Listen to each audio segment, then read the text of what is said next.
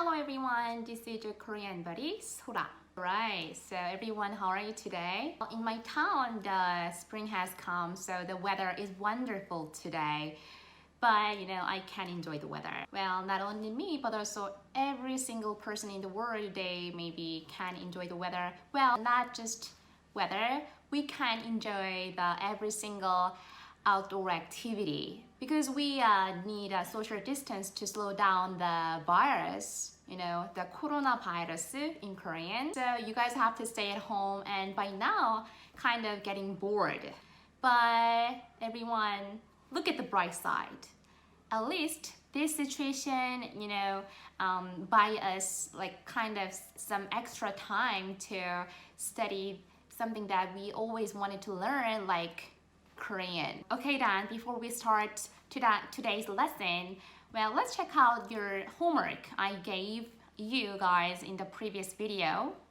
Well, I saw some of you write down your answers and I was pretty impressive that how good you are at making Korean sentences. So the answer is 저는 살을 빼려고 운동할 거예요. 저는 살을 빼려고 운동할 거예요. This one is kind of like formal in polite way. And here, 살 빼려고 운동할 거야. 살 빼려고 운동할 거야.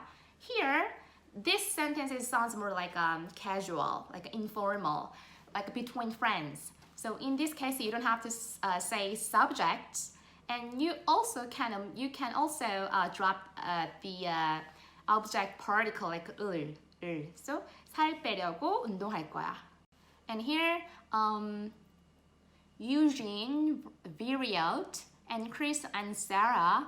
I'm not sure this is the right way to read your name. If I am wrong, please correct me. And thanks for completing your homework. And I hope you guys keep it up, okay? So today's lesson is about how to express your experience in a sentence using 아 보다 or 어 보다. In English, usually present perfect is used to show your experience in the past that still affects the present in a sentence, right? So here, I have been to Jeju-do, I have played that game, I have eaten that cake. It's all about something that you've done in the past. And in Korean, we have a similar kind of grammar too. We use here 아 보다 or 어 보다 in a sentence right after a verb stem. And I'm pretty sure you know what the verb stem is, right? And I will explain which one is used when the verb is conjugated. Number one, when the verb stem has some vowels like 아, 오, you have to put 아 보다. So let's take a look at the examples. 가다 means to go, and since we need a verb stem, we have to drop 다 first and put 아 보다. Then it becomes 가보다, 가보다. Well, when you read 가, 아 보다 very fast, it just becomes 가보다. So we just make it short for convenience. And here is 사다, to buy here. Drop 다 first and put 아 보다, and it becomes 사보다, 사보다. So 가보다 means been there. I've been there before. And 사보다 means kind of have bought something in the past. And number two, when the verb is 하다, which is very, very common verb in Korean, 하다 means to do, it just becomes 해보다. Well, since it doesn't follow a regular rule, kind of an irregular one, so you have to just memorize it. 하다 just become 해보다. And 해보다 means have done something in the past. And let's move on number three. When the verb stem has some vowels like 어, 우, 이, you have to put 어보다. So here 먹다 means to eat. And drop the first and put 어보다 because 먹 has a right? Inside. So you have to put 어보다. 먹어보다 means I have eaten something. And here 울다 means to cry and drop 다 first and put 어보다. Then it becomes 울어보다. 울어보다 means have cried. Oh, okay, have cried before. And here is tricky one. When the verb stem has a consonant 디귿 on the bottom, the 디귿 becomes 리을. Okay, here 듣다 means to listen. Listen and drop 다 first and put 어보다 because it has inside. You have to put 어보다. But it doesn't sound like 듣어보다. It sounds like 들어보다. 들어보다. Because when you read 듣어보다, it's hard to pronunciate. So it just becomes 들어보다. And here, same way, 걷다 is to walk. But erase 다 and put 어보다, it becomes 걸어보다. You guys can see 디귿 becomes 리을 here, right? So 걸어보다. So 들어보다 means have heard something. And 걸어보다 means have walked somewhere. Okay. And before I move to the next part, I just to make sure that here you guys can see 보다, right? Here 보다. Well, when you use 보다 itself, like 보다, it has meaning itself like watch. But here 들어보다, 걸어보다, it doesn't have any. It has nothing to do with 보다. It doesn't have any meaning of watch. So here 보다, it just has grammatical function. Okay. Then let's start breaking down each sentences together to help you understand more deeply this certain grammar. Number 1, 저는 전에 제주도에 가봤어요.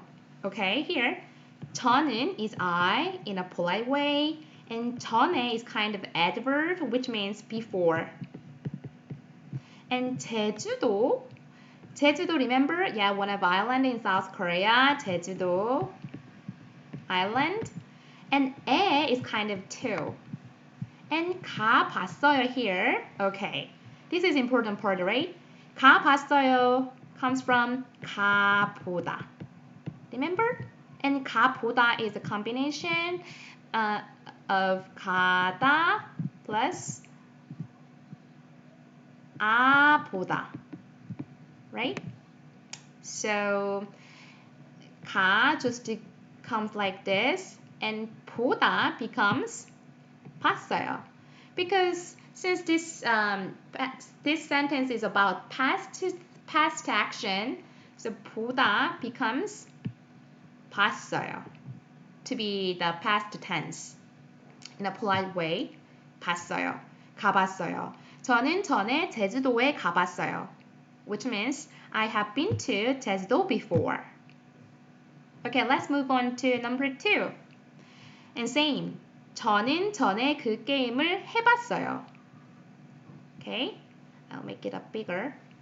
저는 is I, and 전에 is before, right?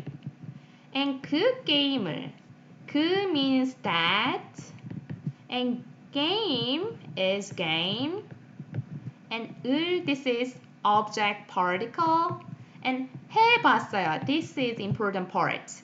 해봤어요, this part is important, right? Okay, 해보다 just changed from 해봤어요 changed from 해보다, remember? And 해보다 comes from 하다, right? Yeah, this is irregular one, so you have to memorize it. So 해 just goes like this way, and 보다 becomes 봤어요. Like the same way the first as first sentence. So 저는 전에 그 게임을 해봤어요 means I have played that game before. And let's look at number 3. 전에 before 그 케이크를 그 means that and cake is cake. And is object particle. Here important 먹어봤어요. 먹어봤어요 is comes from 먹어보다, right? So 먹어 just goes like this, and 보다 becomes 봤어요 to be past tense. And 먹어, remember 먹어보다 is combination of 먹다 plus 보다, right? Yeah. So 저는 전에 그 케이크를 먹어봤어요 means I have eaten that cake before. Alright, okay, this is for today and it's a homework time.